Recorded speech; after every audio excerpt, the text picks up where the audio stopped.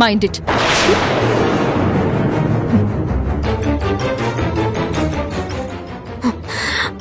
My God, దీనిది మామూలు బుర్ర కాదు. నేనే ప్లాన్ చేశానని కనిపెట్టేసింది. దీని సంగతి తర్వాత చెప్తాను. ఇది రాహుల్తో చెప్పి అన్నంత పని చేస్తుంది. ముందు రౌడీ విధవులకి ఫోన్ చేసి జాగ్రత్తగా ఉండమని చెప్పాలి.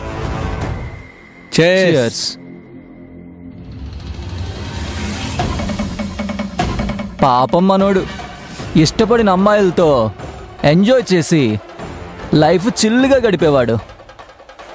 ఈ రమ్య దగ్గర మాత్రం దొరికిపోయాడు. అవునరా, దీనంతటికీ కారణం ఆ రాహుల్ అభిలే. వాళ్ళు నా జీవితాన్ని దెబ్బతీశారు. మొన్న కూడా నా మీద చేయి చేసుకున్నాడు. వాణ్ణి వదిలిపెట్టను.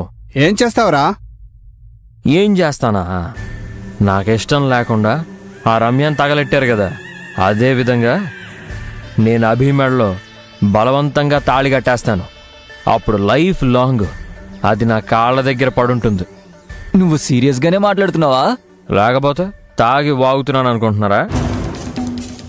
వాళ్ళిద్దరూ నాకు ఇష్టం లేని పెళ్లి చేసిందే కాక వాళ్ళిద్దరూ పెళ్లి చేసుకుని చిలకా గోరింకల్లా ఉందామనుకుంటున్నారు. నేను ఆ పెళ్లి జరగనిస్తేనే కదా.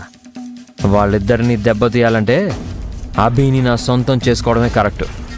శబాష్, ఇది గౌతమ్ అంటే. నీకెప్పుడు ఏ హెల్ప్ కావాలన్నా మా ఫుల్ సపోర్ట్ నీకే. అవును, మాకిలా పార్టీలు ఇస్తూ ఉంటే చాలు, నీకోసం ప్రాణాలైనా ఇస్తాం. థ్యాంక్స్ రా. రేపటి నుంచి ఆ రాహుల్ వాళ్ళ ఇంటి దగ్గర కాపలా కాస్తా. అవకాశం దొరకగానే ఆ అభిని ఎత్తుకొచ్చి మరీ పెళ్లి చేసుకుంటా. ఒకే దెబ్బకి 2 పెట్టలు. ఆ అభి నా దగ్గర బానిసవుతుంది. ఆ రాహుల్ గాడు